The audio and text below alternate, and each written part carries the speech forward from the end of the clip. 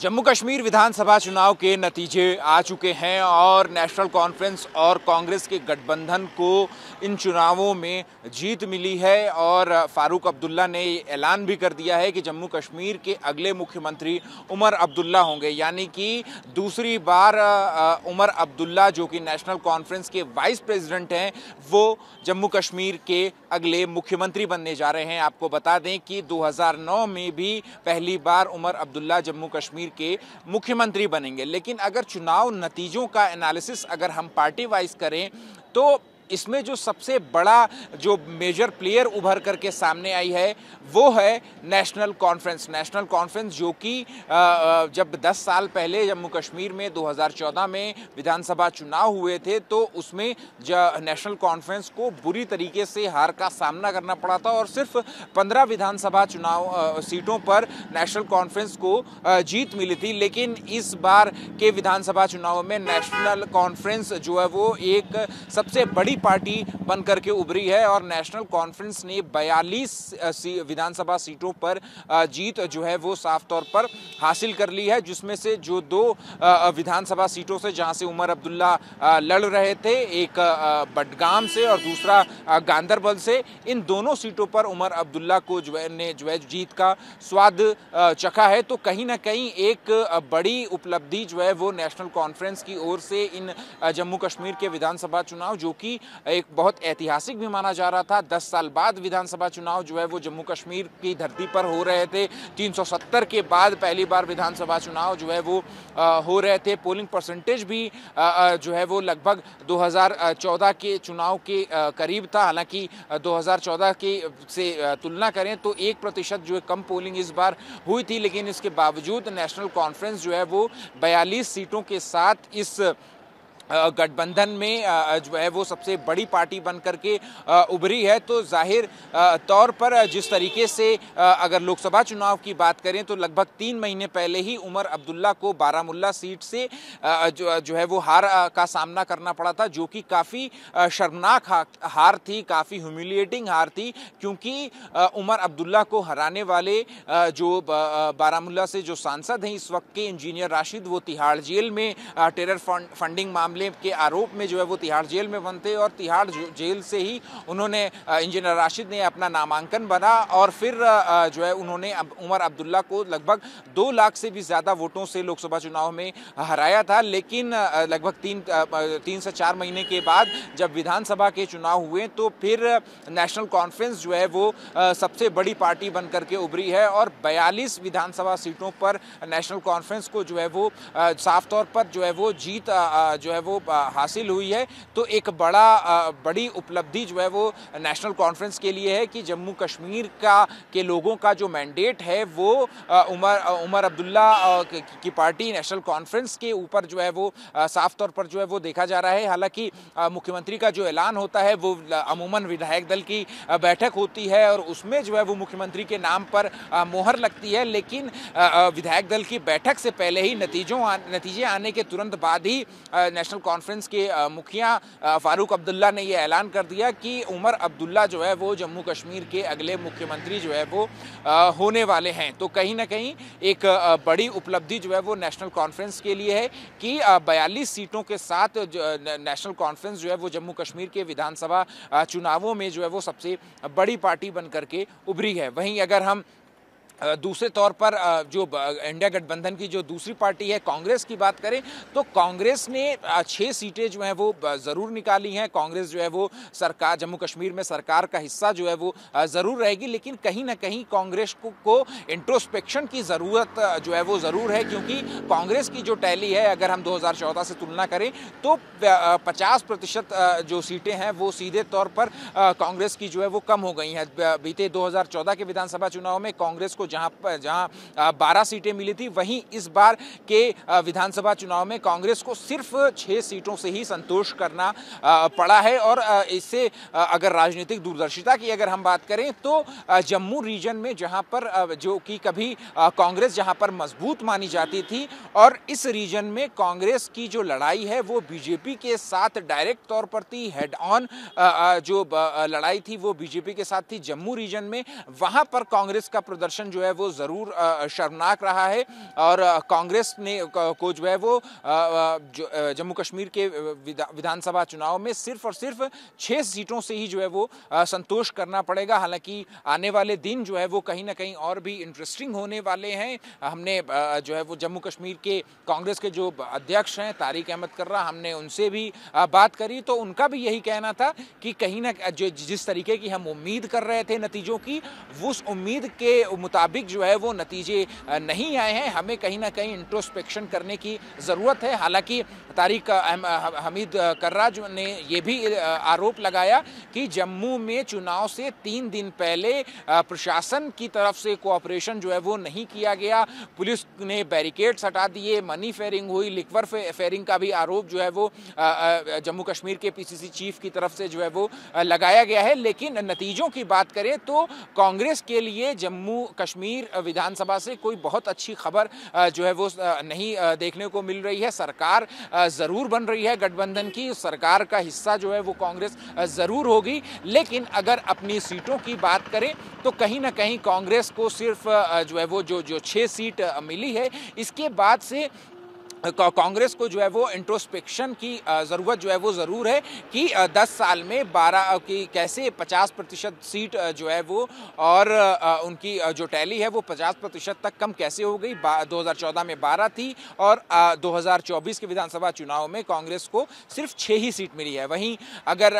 जो है वो हम तीसरी मेन स्ट्रीम पार्टी जो जम्मू कश्मीर की है पीडीपी की बात करें तो पीडीपी के लिए कहीं ना कहीं एग्जिस्टेंशियल क्राइसिस की सिचुएशन जो है वो जम्मू कश्मीर में इस वक्त देखने को मिल रही है। 2014 से तुलना करें तो जहां पीडीपी 28 सीटों पर आई थी और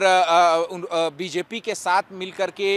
2018 तक जो है उन्होंने सरकार भी चलाई, महबूबा मुफ्ती जो है वो मुख्यमंत्री बनी थी, लेकिन 28 सीटों से 3 सीटों पर अब पीडीपी को संतोष करना पड़ा है। तो कहीं ना कहीं 25 सीटों का नुकसान जो है वो पीडीपी को साफ तौर पर जो है वो देखने को मिला है और इसकी बाद जो है वो पीडीपी के सामने जो है वो कहीं ना कहीं एक जो है वो एग्जिस्टेंशियल क्राइसिस वाली सिचुएशन जो है वो ज़रूर बन जाती है, क्योंकि जो पीडीपी का जो सबसे बड़ा चेहरा थी इल्तिजा मुफ्ती, जो कि महबूबा मुफ्ती की बेटी हैं और पॉलिटिकल एडवाइज़र भी हैं महबूबा मुफ्ती की, उन्हें खुद वो भी अपनी सीट जो है वो नहीं बचा पाई। बिजबेहरा से इल्तिजा मुफ्ती को जो है वो हार का सामना करना पड़ा है, वहाँ से नेशनल कॉन्फ्रेंस को जो है वो जीत मिली है। तो जो पीडीपी के सबसे बड़ी चेहरे थी इल्तिजा मुफ्ती वो तो हारी ही हैं, लेकिन आप और भी बाकी जगहों की बात करें तो वहाँ पर भी पीडीपी का प्रदर्शन जो है वो बेहद ही निराशाजनक रहा है। तो सबसे बड़ी पार्टी जहाँ 2014 में पीडीपी थी 28 सीटों के साथ, वही आज के जो विधानसभा चुनाव नतीजे आए हैं उनमें उससे जो है वो साफ तौर पर जो पीडीपी को 3 सीटों से ही संतोष करना पड़ा है। तो पीडीपी अब यहाँ से कैसे बाउंस बैक करती है, ये एक सबसे बड़ी चुनौती जो है वो पीडीपी के सामने जो है वो ज़रूर रहने वाली है कि 3 सीटों के बाद अब वो आगे की जो उनकी पॉलिटिकल जर्नी होगी वो किस तरीके से रहेगी, ये ज़रूर गौर करने वाली बात होगी। इसके अलावा जो चौथी मेन स्ट्रीम पार्टी है जम्मू कश्मीर की बीजेपी की बात करें तो बीजेपी ने अपनी टैली में ज़रूर जो है वो सुधार किया है। पिछले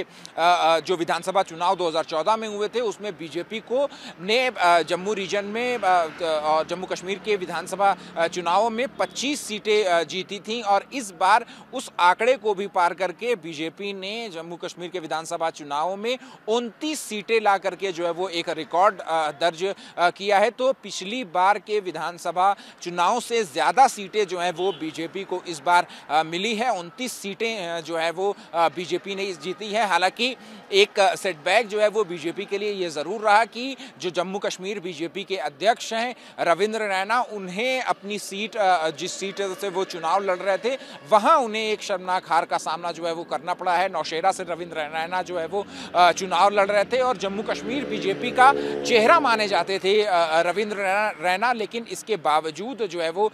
नौशेरा से रविंद्र रैना को जो है वो हार का सामना जो है वो करना पड़ा है। तो कहीं ना कहीं शॉट इन द आर्म जो है वो बीजेपी के लिए ज़रूर है कि 29 सीटें जो है वो जम्मू कश्मीर के विधानसभा चुनाव में बीजेपी को ज़रूर मिली है, लेकिन उनके जो बीजेपी अध्यक्ष हैं उन्हें अपनी सीट जो है वो ज़रूर जो है वो अपनी सीट से हार गए हैं। इसके अलावा अगर हम और भी जो छोटी पार्टियां हैं, जो निर्दलीय उम्मीदवार हैं, उनकी अगर हम बात करें तो तकरीबन 7 जो निर्दलीय उम्मीदवार हैं वो भी इस चुनाव में उतरे में जीत जो है वो इन निर्दलीय उम्मीदवारों को मिली है। लेकिन ये भी गौर करने वाली बात है कि इनमें से तकरीबन 3 से 4 जो निर्दलीय उम्मीदवार हैं वो भी अपना समर्थन जो है वो नेशनल कॉन्फ्रेंस और कांग्रेस की गठबंधन वाली सरकार को दे सकते हैं, क्योंकि इनमें जो जीत करके निर्दलीय उम्मीदवार आए हैं वो रेबल्स थे। नेशनल कॉन्फ्रेंस ने उनको टिकट नहीं दिया तो फिर वो इंडिपेंडेंट खड़े हो गए, और फिर जैसे शोपियां का अगर हम उदाहरण दें तो वहाँ पर जो है वो जो उम्मीदवार जीत करके आए हैं वो जो है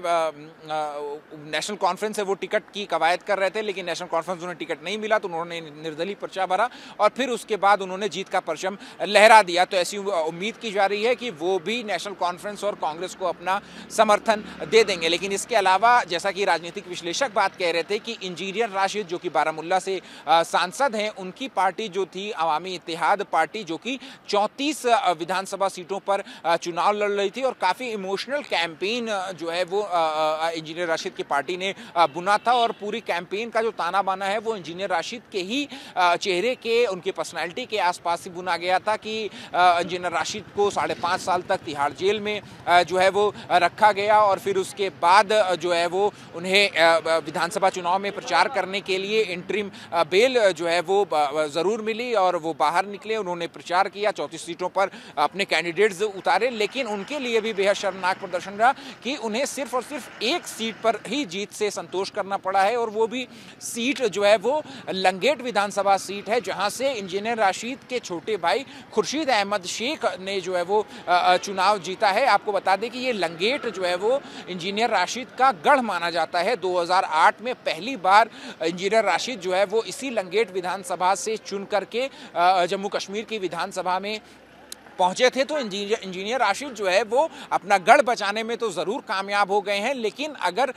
लार्जर पर्सपेक्टिव में देखें, विधानसभा चुनाव के तौर पर देखें, तो कहीं ना कहीं जैसी उम्मीद इंजीनियर राशिद जो है वो कर रहे थे कि वो एक किंग मेकर की तरह इस जम्मू कश्मीर विधानसभा चुनाव में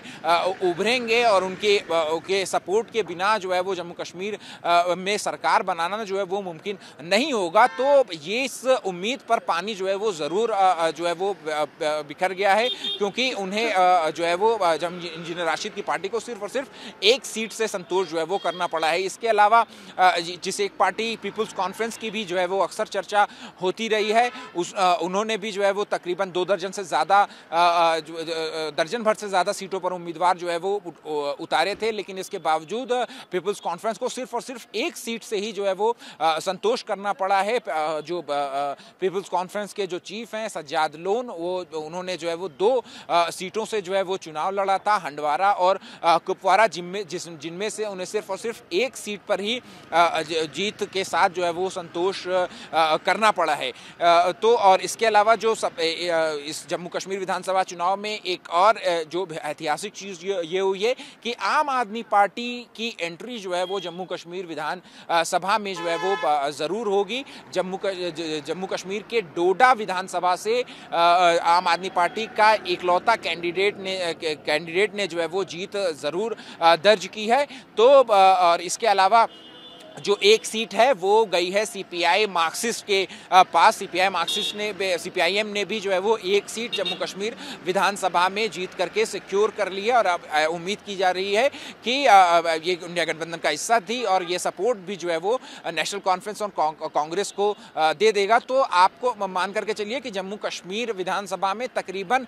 52 कैंडिडेट्स का जो जीत करके आए हैं उनके सपोर्ट से जो है वो जम्मू कश्मीर में अगली विधानसभा अगली जो सरकार आएगी वो उसको जो है वो 52